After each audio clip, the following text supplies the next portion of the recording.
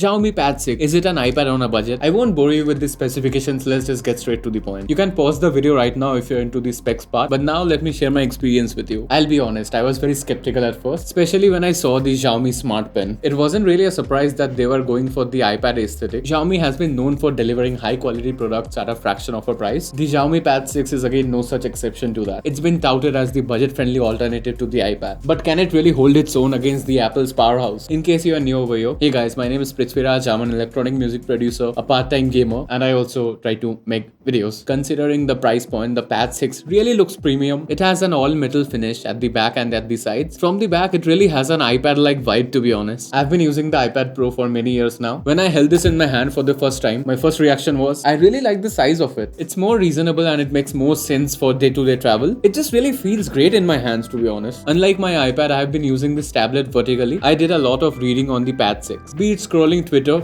or Threads, or even reading articles on Medium or something on Kindle. I really enjoyed the form factor and it was very comfortable to hold on even for long reading sessions. It's an 11-inch 144Hz display, thereby making it super smooth. The viewing experience is thereby really nice. You can binge watch your favorite Netflix shows for hours, although I don't recommend that you do that. Speaking of hours, it really has a great battery life. No cap. I was out for a couple of days and it kept lying down in my drawer. When I came back after 2 days, I was really amazed because it still had 90% of battery left. Xiaomi was somehow able to manage the idle time really nicely. It's also for the fact that it has a gigantic 8840 mAh battery. I was able to get about 6 to 7 hours of screen on time on single charge while actively using it. I kept playing Asphalt 9 and ran Geekbench 6 again and again in order to test it out. These were the Geekbench scores, by the way. For somewhat of a moderate usage, it can actually last more than an entire day, to be honest. Out of the box, it's running on Android 13 with the MIUI skin on top of it. Xiaomi has taken every single measure they can in order to make the Pad 6 feel like the iPad. When you unlock the tab, it clearly looks similar to iPad. Take a close look at the icons. All the apps have been adjusted to the infamous rounded rectangles. Rather, the default wallpaper was also very similar. MIUI, like always, has a bit of bloatware and unnecessary apps that you'll never use. The dock was actually really convenient. It slides up very smoothly. You can just drag and drop apps from the dock to start the split screen multitasking. You can even add shortcuts to your frequently used multitask windows, so that's really neat out there. I was able to take handwritten notes while reading articles on Medium. It ran smoothly and I faced no lag or any such issues. One thing I like to point out is that the Type-C port is actually a USB 3.2 port. You can transfer files real smooth and it will definitely be a lot more faster. It has Dolby Atmos and a total of 4 speakers, 2 at the top and 2 at the bottom. The sound was balanced. It artificially did not increase the highs like most other tablets do. I even did some good amount of gaming as well. I mostly played Asphalt 9 and Beach Buggy Racing and a little bit of Minecraft, by the way. The Snapdragon 870 chip was able to handle that very well, and to be honest, it didn't have much heating issues. Xiaomi actually has a record of heating devices, so I was surprised to see this. If you are planning to take selfies using the Pad 6, my advice for you is, please don't take selfies. The front camera is an absolute potato. If you were planning to attend meetings or even your online classes using this, although the positioning of the front camera was ideal for doing video calls as it was on the horizontal bezel, but sadly, it just wasn't there. I'll let you decide for yourself. So this is my front camera footage when I'm actually standing next to my softbox in my setup, but when I just move across the room, you can already see a lot of grains happening everywhere. And yeah, I don't recommend that you use your front camera much to record videos because it's gonna give you very average results, to be honest. The back camera was however reasonable. So this is how the back camera looks in daylight. It's good enough, to be honest.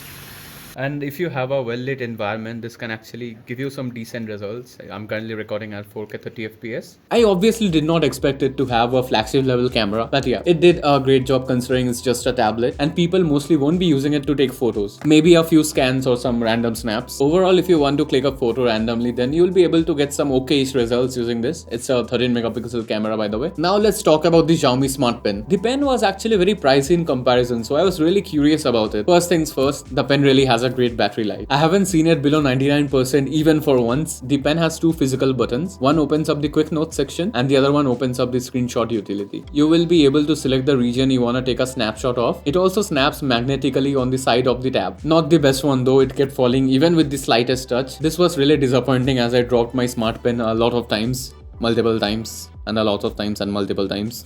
This is how it stands compared to the Apple Pencil. The Apple Pencil is a teeny bit taller and also has a broader tip compared to the Xiaomi Smart Pen. The writing experience was nice actually. The pressure sensitivity feels a bit weird since I've switched from the Apple Pencil. You just need to get used to it, to be honest. If you're gonna use a pen-like stylus for the first time, then you won't face any issue. You can get used to it quite comfortably. The writing experience was great overall. I did not face any issues while taking notes. It was a rather smooth experience, but I did not like the writing experience on the default Notes app of the Xiaomi Pad 6. It really felt slow and stuttery. It was like a cheap replica of Apple Notes, to be honest. For this one, I was actually using this really cool app called Nebo. I also tried out some digital art. I was sketching some random comics and doodles. I actually liked how it felt overall. It was really comfortable and I did not miss my Apple Pencil at all. For the price, I can highly recommend it if you want to get started doing digital art. Xiaomi also claims that the Xiaomi Pen charges from 0 to 100% in just 18 minutes. You can also attach a keyboard at the back using the magnetic pins. I only got the Xiaomi Pen. I'll leave a link of the keyboard as well in case you might be interested in that. And I almost forgot to mention, you get a 33-watt charger right out of the box. This was actually after a while that I purchased something and I got a charger along with it. Let's talk about the price now. It costs $26,999 in India and US pricing is about $400. The Smart Pen, however, costs $5,999 in India and I'm not really sure about the US pricing cause it's not available on Amazon US at this moment while I was recording this video. But I read an article somewhere that it costs around $130. If you wanna buy the Pad 6, I highly recommend that you get it. You probably won't get a better Android tablet in this price point. If you wanna buy the pen as well, it will cost you a total of $530, so that's something you must think about. Well, if you ask me, I feel that the price could have been a little bit lower tallying with the price of the Pad 6. It is what it is. But if you plan to buy it, then please go ahead, as I really like the performance. So is the Xiaomi Pad 6 really an iPad on a budget? In many ways, yes, it offers a solid performance and a great display and has a sleek design. All of these at a fraction of a price of the iPad. If you are looking for a budget-friendly Android tablet that does not compromise on performance, then the Xiaomi Pad 6 is definitely worth considering. Do let me know your thoughts in the comments, and if you wanted to check out the best Android apps that would help you stay productive, then click here. Please consider subscribing to my channel and I hope to see you there.